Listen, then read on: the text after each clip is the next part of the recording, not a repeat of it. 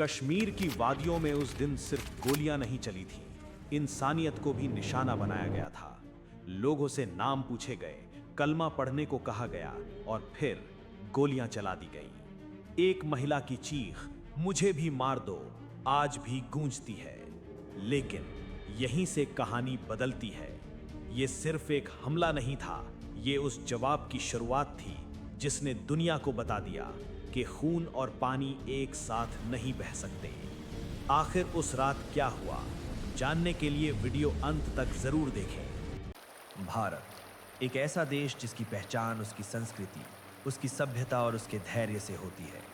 लेकिन इतिहास गवाह है कि जब भी इस देश की शांति को कमजोरी समझा गया है, तब भारत ने ऐसा जवाब दिया है जिसकी गूंज पीढ़ियों तक सुनाई देती है।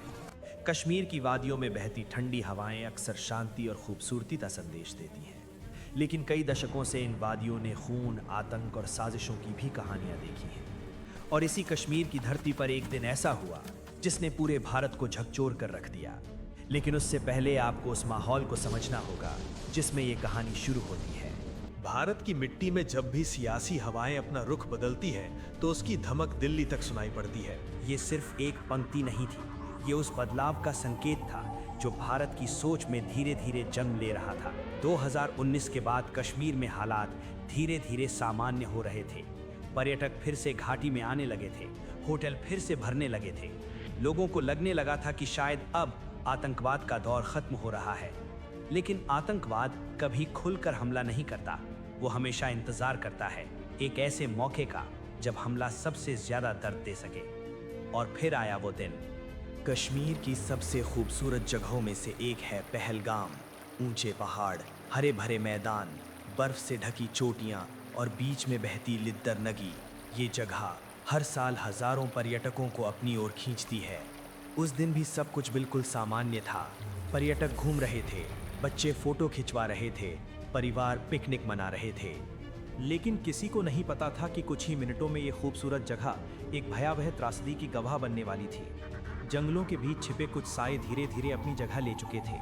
उनके हाथों में हथियार थे और दिलों में नफरत। और फिर गोलियों की आवाज़ गूंजी। पहली गोली, फिर दूसरी, फिर तीसरी। कुछ ही सेकंड में वहाँ अफरा तफरी मच गई। लोग भागने लगे, बच्चे रोने लगे, हर तरफ चीख पुकार। जो लोग कुछ देर पहले खुशियों के साथ फोटो ले रहे थे, वो अब जमीन पर गिरे पड़े थे। ये सिर्फ एक हमला नहीं था, ये आतंकवाद की एक सोची समझी साजिश थी। कुछ ही मिनटों में सब खत्म हो चुका था और जब धुआं छटा तो जो तस्वीर सामने आई उसने पूरे देश को झकझोर दिया। कुल मिलाकर 26 निर्दोष लोग मारे गए, जिनमें से 25 पर्यटक थे और एक हमारा बहादुर भाई आदिल था। इस हमले ने पूरे देश को झकझोर दिया। ये हमला सिर्फ उन 26 लोगों पर नहीं बल्कि भारत की आत्मा पर था। 2019 के बाद कश्मीर में नागरिकों पर यह सबसे बड़ा हमला था। टीवी चैनलों पर खबरें चलने लगीं, सोशल मीडिया पर गुस्सा फूट पड़ा। हर भारतीय के दिल में एक ही सवाल था, अब क्या होगा? क्या भारत फिर सिर्फ बयान देगा या इस बार कुछ अलग होगा? सोचिए, एक पर्यटक ने बताया कि मैंने आतंकियों से कहा कि मैं अब यहाँ क्या करूंगी, मुझे तो जीते जी मार दिया, अब मुझे भी मार दो। इस पर एक आतंकी ने कहा कि जाओ, तुम्हें जिंदा छोड़ते हैं, जाकर मोदी को बता देना। चश्मदीदों के अनुसार आतंकियों ने लोगों से नाम पूछे और उनकी पहचान जानने की कोशिश की। हमलावरों ने सिर्फ पुरुषों को निशाना बनाया और खास तौर पर हिंदुओं से जबरन कलमा पढ़वाने की कोशिश करवाई। चश्मदीदों के मुताबिक हथियारों से लैस आतंकियों ने लोगों से नाम पूछा, कलमा पढ़ने को कहा और फिर उन पर फायरिंग कर दी। हमले की खबर जैसे ही दिल्ली पहुंची, प्रधानमंत्री कार्यालय में तुरंत बैठक बुलाई गई। देश के सबसे बड़े सुरक्षा अधिकारी एक कमरे में मौजूद थे। खुफिया एजेंसियों के प्रमुख, सेना के अधिकारी, राष्ट्रीय सुरक्षा सलाहकार, सबकी नजरें एक ही सवाल पर टिकी थीं, इस हमले के पीछे कौन है? कुछ ही घंटों में जवाब सामने आ गया। हमले की योजना पाकिस्तान में बैठे आतंकवादी संगठनों ने बनाई थी। ये वही पुराने नाम थे जो पिछले कई दशकों से भारत के खिलाफ साजिशें रचते आ रहे थे। जैश ए मोहम्मद, लश्कर तैयबा और इनके पीछे खड़ा पाकिस्तान का तंत्र। पूरा देश गुस्से में था, लोग सड़कों पर उतर आए थे। हर तरफ एक ही मांग थी, इस बार जवाब चाहिए। और तभी देश की राजनीति में भी एक नया स्वर सुनाई देने लगा। ये उस मुल्क का तिरस्कार था जो नफरत और आतंकवाद पर टिकी है, और आज भारत ने पाकिस्तान को खुले मंच से औकात दिखा दी। ये सिर्फ एक बयान नहीं था, ये भारत की बदलती रणनीति का संकेत था। अब सिर्फ कूटनीतिक शब्दों से काम नहीं चलने वाला था, अब कुछ बड़ा होना तय था। भारत ने हमेशा दुनिया को यह दिखाने की कोशिश की है कि वो शांति चाहता है, लेकिन शांति का मतलब ये नहीं कि देश अपने लोगों के खून का हिसाब भूल जाए। पहलगाम हमले के बाद भारत के अंदर एक नई भावना जन्म ले चुकी थी। ये तमाचा उस विचारधारा को लेकर था जो बताता है कि हिंदुस्तान अब पाकिस्तान को किस तरह से देख रहा है। अब भारत का नजरिया बदल चुका था। अब आतंकवाद को सिर्फ समस्या नहीं माना जा रहा था, बल्कि इसे युद्ध माना जा रहा था। और यही कारण था कि अगले कुछ दिनों में भारत ने ऐसे फैसले लेने शुरू किए जिन्होंने पाकिस्तान की नींद उड़ा दी। भारत ने तुरंत अपने कूटनीतिक कदम उठाने शुरू किए, और फिर आया वो फैसला जिसने पाकिस्तान को हिला दिया। भारतीय सरकार ने सबसे पहले राजनयिक स्तर पर पाकिस्तान को जवाब देना शुरू किया। भारत ने सिंधु जल संधि को निलंबित करने का ऐतिहासिक निर्णय लिया। ये एक बड़ा और कठोर कदम था, क्योंकि पाकिस्तान की कृषि और प्यास इसी समझौते पर निर्भर थी। भारत ने स्पष्ट संदेश दिया कि खून और पानी एक साथ नहीं बह सकते।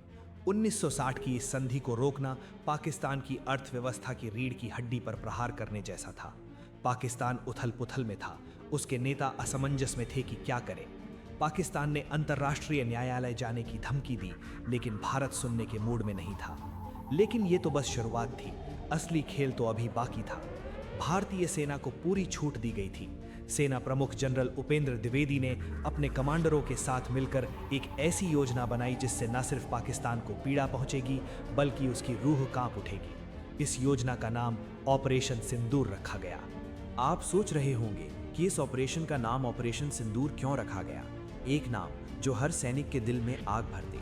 ये युद्ध था आत्मसम्मान का, देश की आन मान शान का। अब भारत पाकिस्तान के साथ कोई रिश्ता नहीं रखेगा। कुछ ही दिनों बाद प्रधानमंत्री नरेंद्र मोदी गुजरात के कच्छ पहुंचे। ये एक सामान्य सरकारी कार्यक्रम था, लेकिन वहां कुछ ऐसा हुआ जिसने पूरे मिशन को एक नई पहचान दे दी। कार्यक्रम के दौरान वहां की कुछ महिलाओं ने प्रधानमंत्री को एक छोटा सा पौधा भेंट किया। ये कोई साधारण पौधा नहीं था, ये सिंदूर का पौधा था। और उसी क्षण इस मिशन का नाम पूरी तरह तय हो गया। पहलगाम हमले में अपने पतियों को खोने वाली महिलाओं जैसे शुभम द्विवेदी की पत्नी या लेफ्टिनेंट विनय नरवाल की पत्नी का वैवाहिक जीवन बर्बाद हो गया था। उनका सिंदूर मिट गया था। ये अभियान उन वैवाहिक सुखों का बदला लेने के लिए था। ये उन विधवाओं की आंखों से बहे आंसुओं का बदला लेने के लिए था। दिल्ली में कई उच्च स्तरीय बैठकों का दौर शुरू हुआ। सेना प्रमुख, वायुसेना प्रमुख, खुफिया एजेंसियां सभी एक ही मिशन पर काम कर रहे थे। एक ऐसा हमला जो सटीक भी हो और निर्णायक भी। खुफिया रिपोर्टों के अनुसार कुल 9 बड़े आतंकवादी ठिकाने ऐसे थे जहां से भारत के खिलाफ साजिशें रची जा रही थीं। इन ठिकानों में शामिल थे बहावलपुर, मुरीद के, पीओके के कई गुप्त ट्रेनिंग कैंप। यहीं आतंकवादियों को ट्रेनिंग दी जाती थी, यहीं से हमलों की योजना बनाई जाती थी और यहीं से भारत के खिलाफ जहर फैलाया जाता था। अब फैसला हो चुका था, इन सभी ठिकानों को खत्म करना था। भारत की वायुसेना को इस मिशन की जिम्मेदारी सौंपी गई। वायुसेना के सबसे अनुभवी पायलट चुने गए। हर पायलट को मिशन की जानकारी दी गई। देश के अलग अलग एयरबेस पर गतिविधियां तेज हो चुकी थीं, लेकिन बाहर से देखने पर सब कुछ सामान्य लग रहा था, क्योंकि असली तैयारी रात के अंधेरे में हो रही थी। समय धीरे धीरे बीत रहा था। विभिन्न भारतीय हवाई अड्डों पर एक अजीब सी हलचल थी, लेकिन सब कुछ बेहद शांत और अनुशासित था।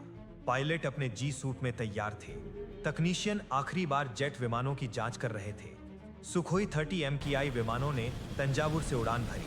उनके साथ ही मिराज 2000 और राफेल जैसे घातक विमान भी ग्वालियर और अंबाला से आसमान में गर्जना करने के लिए तैयार थे। ऑपरेशन सिंदूर का उद्देश्य स्पष्ट था, उन 9 आतंकवादी ठिकानों को नष्ट करना जहां से भारत के खिलाफ जहर फैलाया जा रहा था। अगले कुछ मिनटों में जो होने वाला था वो पाकिस्तान के इतिहास में हमेशा के लिए दर्ज होने वाला था। और उसी रात आसमान से आग बरसने वाली थी। रात के करीब 2 बज रहे थे। पूरे भारतीय उपमहाद्वीप पर अंधेरा छाया हुआ था। भारत के शहरों में लोग अपने घरों में गहरी नींद में सो रहे थे। उधर पाकिस्तान में सब कुछ सामान्य था। आतंकी ठिकानों में बैठे लोग अपनी रोजमर्रा की गतिविधियों में व्यस्त थे। किसी को अंदाजा नहीं था कि कुछ ही पलों में उनका पूरा ढांचा मलबे में बदलने वाला है। एक एक करके मिसाइलें दागी जाने लगी। पहला बड़ा लक्ष्य था बहावलपुर।